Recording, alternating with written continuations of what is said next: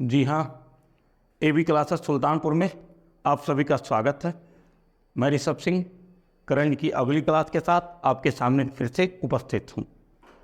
तो जैसा कि कल हमने 3 क्वेश्चन किए थे और साथ में मैंने आपको 6 क्वेश्चन आपको दिया भी था और मैंने आपसे कहा था कमेंट में आप जवाब दीजिएगा, लेकिन कमेंट में जवाब सिर्फ 2-3 लोगों के ही आए और बच्चों के नहीं आए।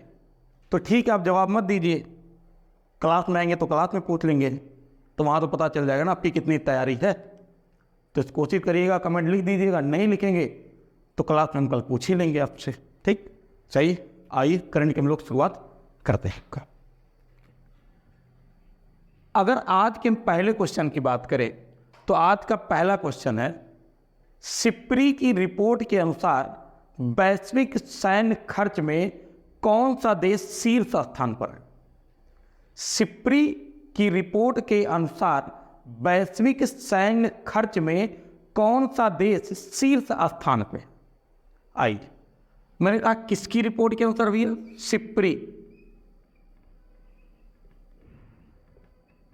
सिप्री की रिपोर्ट के अनुसार। ये सिप्री का फुल फॉर्म क्या होता है जरा समझिएगा। Stockholm, yes Stockholm, Stockholm international, Stockholm international Peace Research institute,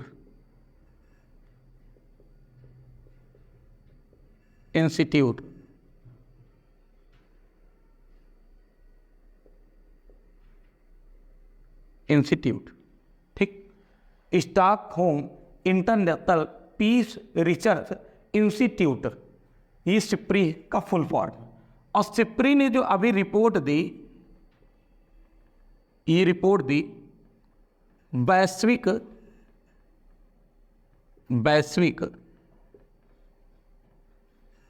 सैन्य खर्च की, वैश्विक सैन्य खर्च की रिपोर्ट दी।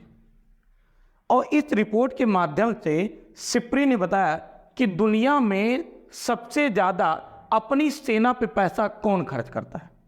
तो दुनिया में सबसे ज्यादा अपनी सेना पे पैसा खर्च करता है यूएसए। और ये जो रिपोर्ट भैया ये 2023 का है। तो 2023 में अपनी सेना पे सबसे ज्यादा पैसा अमेरिका ने खर्च किया, उसके बाद चाइना ने खर्च किया भैया, तीसरे नंबर पे रूस ने खर्च किया, रशिया, और चौथे नंबर पे भारत ने खर्च किया यानी इंडिया। तो वैश्विक सैन्य खर्च में यूएसए पहले स्थान पे है और भारत चौथे स्थान पे। 2023 में यूएसए ने अपनी सेना के ऊपर या अपनी सेना पर 916 अरब डॉलर रुपए खर्च किए।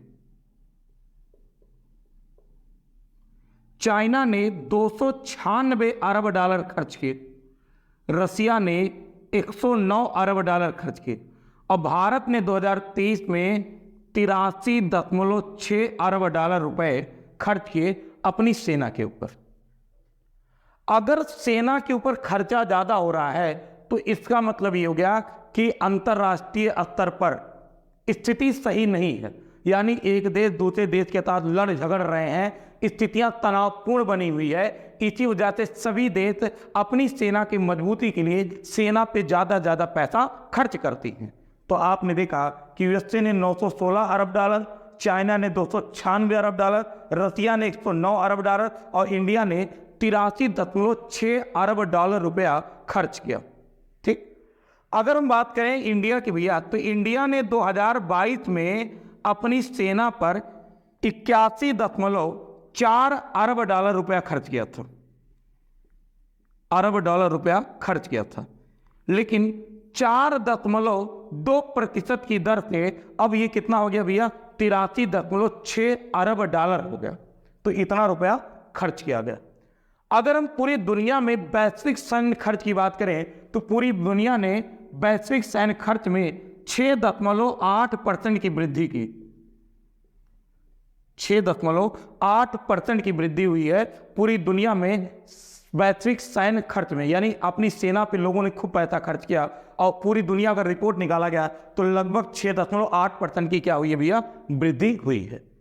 तो सिप्री की रिपोर्ट आई 2023 वाली, और सिप्री का फुल फॉर्म होता है Stockholm international Peace Research institute.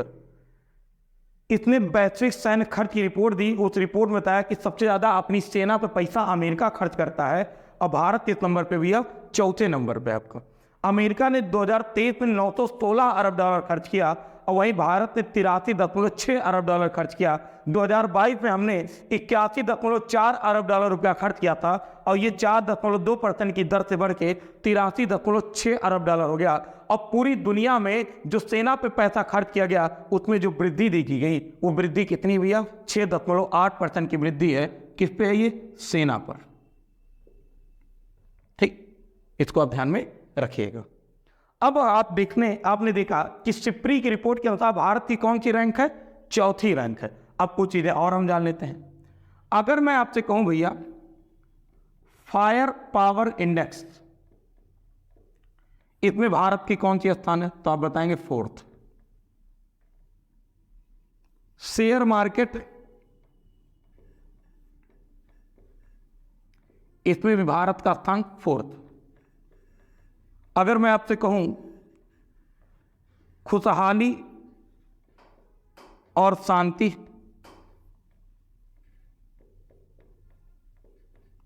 तो 126। जेंडर गैप,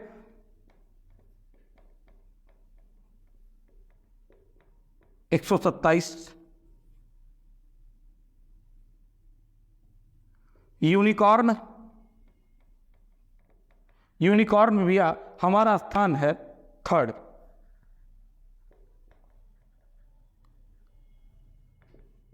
HDI, इसमें 134। GII 108। भ्रष्टाचार 93। ठीक, तो ये तो हमारे क्या है, कुछ इंडेक्स है भैया, इसको भी ध्यान में आप रखिएगा। अगर हम और बात कर लें प्रेस की भी, प्रेस 161। भुखमरी 111। बिजनेस एनवायरमेंट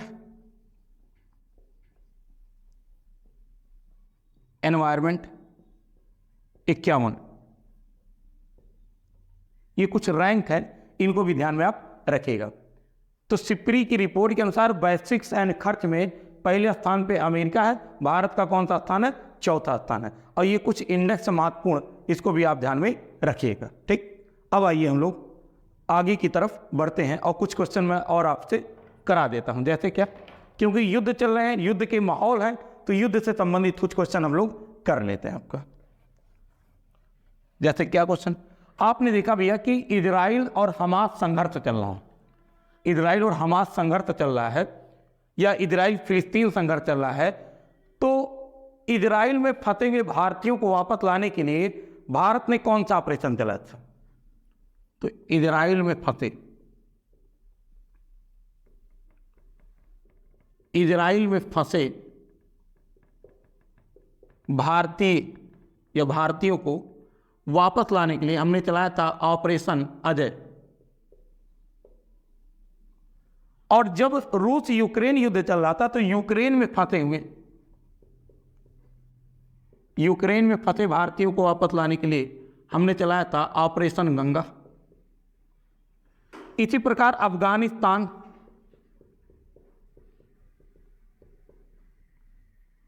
अफगानिस्तान में फंसे हुए भारतीयों को वापस लाने के लिए हमने चलाया था भैया दैवी शक्ति।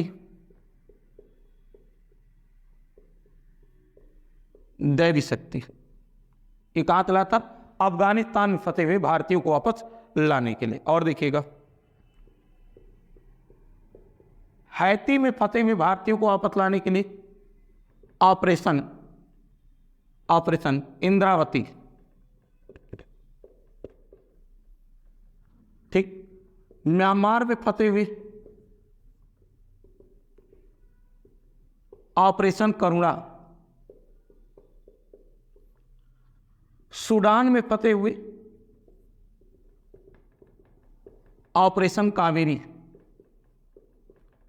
ये ध्यान में।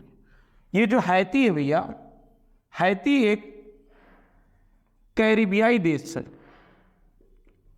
कैरिबियन देश है, ये भी ध्यान रखिएगा, हैती। ठीक, ये क्यूबा के बगल में पड़ता है हैती। क्यूबा को आप जानते हैं चीनी का कटोरा कहा जाता है, उसी के बगल में हैती है। तो ये हो गया हमारे पहले क्वेश्चन का जवाब। आइए अब हम लोग दूसरे क्वेश्चन की तरफ पढ़ते हैं आपका। ठीक, इसको मैं रफ कर देता हूं।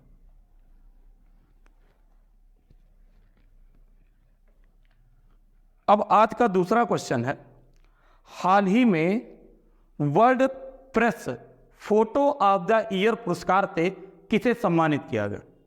हाल ही में world press photo of the year पुरस्कार से किसे सम्मानित किया गया? ठीक, तो वर्ल्ड प्रेस फोटो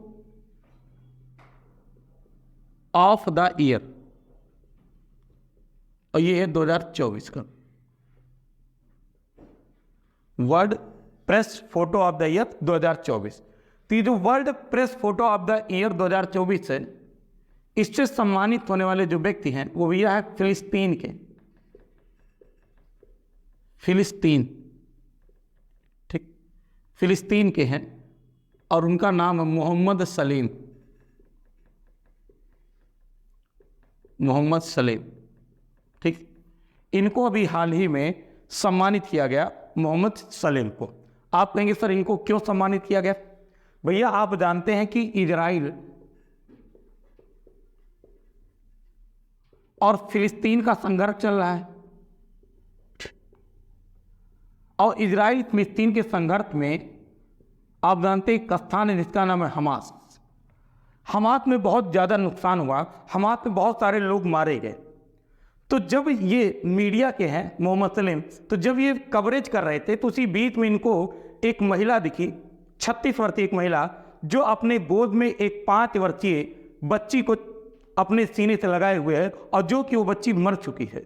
तो फोटो बड़ा मार्मिक था, बड़ा दुखदाई था, और उस फोटो को इन्होंने क्लिक किया, और इसी फोटो के कारण इनको क्या दिया गया भैया? World press photo of the year का अवार्ड दिया गया। तो इजराइल फिलिस्तीन में हमास में एक महिला अपने भतीजी की लाश को सीने से लगाए हुए, तो ये फोटो इन्होंने ली थी, इसी वजह से इन्हें world press photo of the year का अवार्ड दिया गया। देखिए ये जो महिला है वो 36 साल की, उनकी जो भतीजी वो 5 साल की है। सोचिए उस महिला के ऊपर क्या गुजर रही होगी कि इजराइल फिलिस्तीन के संघर्ष में एक बच्ची जो 5 साल की, जिसने अभी अपना जीवन तक देखा नहीं, वो अभी शुरुआती समय में ही है, शुरुआती फेज में जिसका बचपना चल रहा है, और वो इस दुनिया से चले गए। तो इसी फोटो को इन्होंने लिया, और इसी फोटो के कारण इनको world press photo of the year award से सम्मानित किया गया। ठीक, अब एक चीज समझिएगा, ये भैया जो world press photo of the year है, ये वर्ल्ड प्रेस फाउंडेशन द्वारा दिया जाता है, वर्ल्ड प्रेस फाउंडेशन द्वारा दिया जाता है। और ये जो वर्ल्ड प्रेस फाउंडेशन है, ये कहाँ का भी है? एम्स्टर्डम का है, एम्स्टर्डम। आप कहिए सर एम्स्टर्डम कहाँ है? एम्स्टर्डम पड़ता है नीदरलैंड में, नीदरलैंड, ये ठीक। तो ये वर्ल्ड प्रेस फाउंडेशन के द्वारा दिया जाता है, ये ध्यान में रखिएगा। और ये वर्ल्ड प्रेस फाउंडेशन है कहाँ? एम्स्टर्डम में। एम्स्टर्डम कहाँ पता है? नीदरलैंड। ये वही नीदरलैंड भी है जहाँ द हेग है, और इसी द हेग में अंतर्राष्ट्रीय न्यायालय स्थित है, अंतर्राष्ट्रीय न्यायालय स्थित है।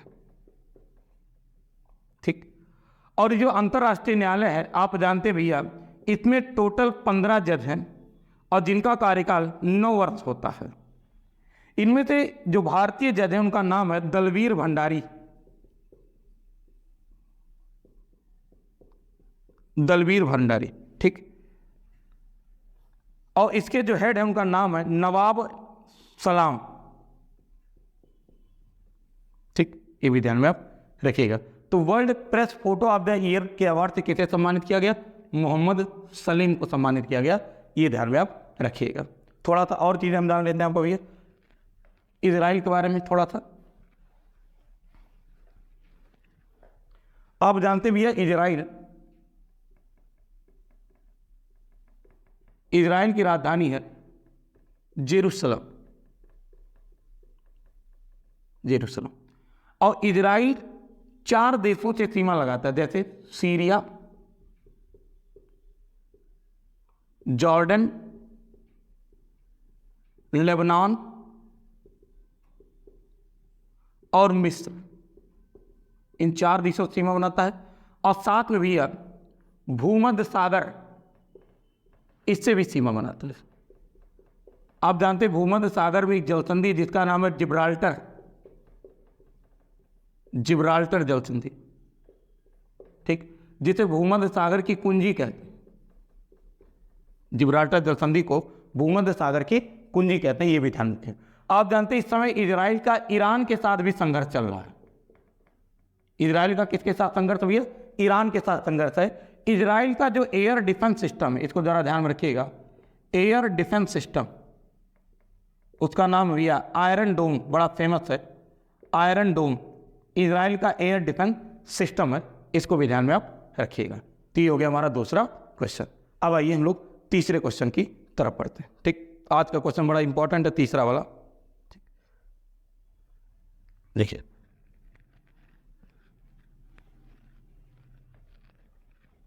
तीसरा क्वेश्चन है, हाल ही में सुप्रीम कोर्ट ने किस अधिकार को संवैधानिक अधिकार घोषित कर दिया? हाल ही में सुप्रीम कोर्ट ने किस अधिकार को संवैधानिक अधिकार घोषित कर दिया? तो आइए देखते हैं आपका सुप्रीम कोर्ट। आप जानते भैया कि सुप्रीम कोर्ट में जब बहुत सारे केस जाते हैं, पिटीशन जारी की जाती है, याचिका जाती है, तो जब उन याचिका पर सुनवाई करती है तो सुनवाई के दौरान वो कुछ ना कुछ ऐसे डिसीजन देती है जो भारत की जनता के लिए बड़े लाभदायक होते हैं, बड़े फायदेमंद होते हैं। तो अभी हाल ही में सुप्रीम कोर्ट में हिमाचल प्रदेश के एक प्रोफेसर थे जिनका नाम सालवी करके शायद था, ठीक। उनका एक अपील था, उनकी एक याचिका थी सुप्रीम कोर्ट में, और वो याचिका गई। उस याचिका पर हमारे सुप्रीम कोर्ट के जजों ने और हमारे माननीय मुख्य न्यायाधीश ने उस पर कमेंट किया, उस पर अपना निर्णय दिया, और उन्होंने कहा कि भैया जो महिलाएं होती हैं, महिलाएं अपने बच्चों के केयर के लिए, अपने बच्चों के केयर के लिए, केयर मतलब देखभाल, अपने बच्चों के देखभाल के लिए, देखभाल के लिए छुट्टी ले सकती है, छुट्टी ले सकती है, ठीक। और ये जो छुट्टी ले सकते हैं इसे कहा जाता है चाइल्ड केयर लीव, यानी चाइल्ड केयर लीव, यानी बच्चे के देखभाल के लिए छुट्टी। ऐसा क्या था कि भैया हमारे यहाँ आज भी जब भी कोई महिला प्रेग्नेंट होती है, अगर वो कामकाजी महिला यानी सरकारी जॉब कर रही है, सरकारी नौकरी कर रही है, तो उसे प्रेगनेंसी के दौरान 6 महीने की छुट्टी दी जाती है, और इस 6 महीने के दौरान उसके वेतन में कटौती नहीं की जाती है। लेकिन ऐसा भी देखा गया कि बच्चे के डिलीवरी के बाद, जन्म के बाद भी माता को उसके साथ रहना पड़ता है, उसकी सेवा करनी पड़ती है, उसकी देखभाल करनी पड़ती है। तो हमारे सुप्रीम कोर्ट में माननीय मुख्य न्यायाधीश डीवाई चंद्रचूड़ ने कहा कि जो 6 माह की छुट्टी मिलती वो तो ठीक है, अब महिलाओं को अपने बच्चों के देखभाल के लिए 2 साल की छुट्टी दी जाएगी, 2 साल की छुट्टी दी जाएगी। और ये 2 साल की जो छुट्टी दी जाएगी, 2 साल की छुट्टी दी जाएगी, और ये जो 2 साल की छुट्टी दी जाएगी इसमें भैया वेतन नियमित रूप से देना पड़ेगा, वेतन नियमित रूप से दिया जाएगा, नियमित रूप से दिया जाएगा। और इन्होंने कहा ये जो चाइल्ड केयर लीव है आज से ये कैसा अधिकार हो गया? आज से ये संवैधानिक अधिकार, अनुच्छेद 15 के तहत, अनुच्छेद 15 के तहत इसे क्या बना दिया गया? संवैधानिक अधिकार बना दिया गया। आप ध्यान में इसको रखिएगा। तो सुप्रीम कोर्ट ने अभी हाल ही में एक डिसीजन दिया। उस डिसीजन में कहा कि अब महिलाएं अपने बच्चों की देखभाल के लिए 2 साल तक की छुट्टी ले सकती हैं और उन्हें वेतन नियमित रूप से दिया जाएगा। और ये जो चाइल्ड केयर लीव है, इसे अब बना दिया गया संवैधानिक अधिकार। किस अनुच्छेद के तहत बनाया गया? अनुच्छेद 15 के तहत बनाया गया। ठीक, अगर आपसे पूछा जाए कि हमारे पास जो निजता का अधिकार है भैया, निजता का अधिकार, निजता का अधिकार ये किस केस से आया था? तो ये आया था भैया पुट्टास्वामी केस। पुट्टास्वामी केस से निजता का अधिकार आया था कि हर व्यक्ति अपनी एक प्राइवेसी होती है। ये किस केस में कहा गया था? पुट्टास्वामी केस में कहा गया था। ठीक, और किस केस में भैया कहा गया? समलैंगिकता अपराध नहीं है, समलैंगिकता अपराध नहीं है। ये किस में कहा गया? तो भैया नवतेज केस में कहा गया था, नवतेज कौर केस में, नवतेज कौर केस में कहा गया कि समलैंगिकता अपराध नहीं है। तो निजता का अधिकार पुट्टास्वामी केस से, समलैंगिकता अपराध नहीं है, ये किस केस में कहा गया आपका? नवतेज कौर केस में कहा गया आपका। ठीक, और अगर आपसे पूछा जाए कि किस केस में कहा गया कि प्रस्तावना संविधान का अंग है, प्रस्तावना संविधान का अंग है, ये किस केस में कहा गया? तो केस भैया केशवानंद भारती केस, केशवानंद भारती केस इसमें कहा गया था। आप जानते हैं जो केशवानंद भारती केस है, इसके डिसीजन आया था 24 अप्रैल 1973 को, और इसी में कहा गया था, एक सिद्धांत दिया गया था, मूल ढांचे का सिद्धांत, मूल ढांचे का सिद्धांत, ये भी ध्यान में आप रखिएगा। ठीक, अगर हम बात करें भैया सुप्रीम कोर्ट की, तो सुप्रीम कोर्ट की स्थापना हुई थी 28 जनवरी 1950 को, और सुप्रीम कोर्ट के पहले मुख्य न्यायाधीश थे हीरालाल जे कानिया। वर्तमान में जो मुख्य न्यायाधीश है उनका नाम है DY चंद्रचूड़ साहब, यानी धनंजय यशवंत चंद्रचूड़, और ये किस नंबर के हैं? 50वें नंबर के हैं, ये भी ध्यान में आप रखिएगा। ठीक, तो ये हो गए हमारे 3 क्वेश्चन।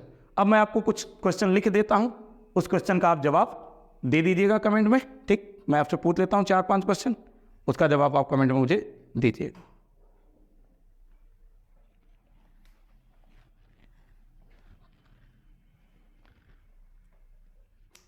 जैसे पहला क्वेश्चन भी, GST किस समिति की सिफारिश पर आया था? समिति की सिफारिश, किस समिति की सिफारिश? एक तो ये। दूसरा, सिरिका में कौन सा अम्ल पाया जाता है? सिरिका में कौन सा अम्ल पाया जाता है? तीसरा, सबसे बड़ी ग्रंथि,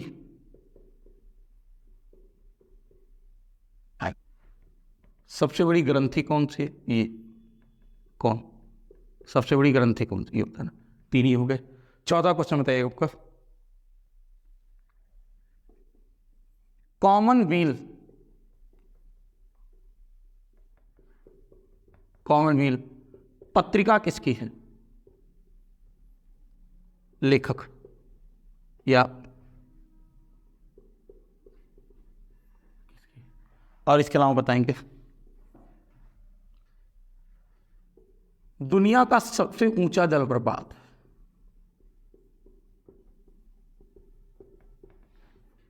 दुनिया का सबसे ऊंचा जलप्रपात। ठीक, तो ये कुल मिला के कुल कितने क्वेश्चन हो गए भैया? 5 क्वेश्चन हो गए आपका। ठीक, तो आज के लिए बस इतना ही करते हैं। ठीक, और आप इसको पढ़ लीजिएगा, कमेंट करिएगा। बहुत बहुत धन्यवाद।